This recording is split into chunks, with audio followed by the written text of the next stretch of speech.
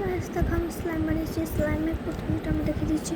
প্রথমে আমি লাল, হালকা গোলাপি আর হলুদ হলুদ একদম কড়কড়া একটু একটু করে নিলেই হবে।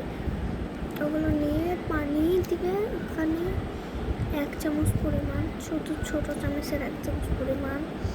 ওগুলো দিয়ে একটা ক্লে আছে না, ক্লের কাগজের ভিতরে ভরে আমরা ধুয়ে দিই ফ্রিজে।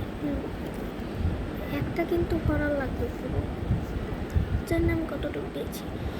ওটা একটা ভরা লাগবে, ভরে ফ্রিজে 1 দিনের জন্য ধুয়ে দেবে। তারপরে করবে যে একদিনের জন্য ধুয়ে দিয়ে তারপরে কালা আর হচ্ছে দেখেছো বেলুন ফুটলো এটা। তারপরে কালা আর হচ্ছে কমলা। কালারটা অর্ধেক নেবে আর কমলাটা এইটুক নেবে, এইটুক 1 খাবলা দিয়ে এইটুক নেবে।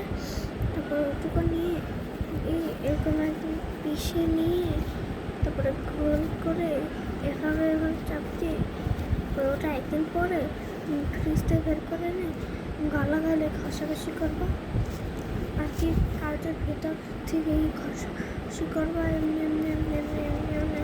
তারপর রসটুকু বের করে ফালিয়ে দিয়ে হালকা একটু রস রাখবে ভিতরে। তারপরে করবে, এটা রস নিয়ে এটার ভিতরে রস নেবে। ওই কালারটা যেই করেছিলাম ওটার ভিতরে রস নিয়ে তারপরে চেটকাবে। এই কালার হবে, সেম এই কালার হবে।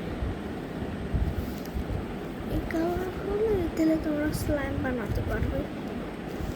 তো দেখলে তো আমি শিখিয়ে দিলাম, এই পদ্ধতিটা তোমরাও বানাতে পারো।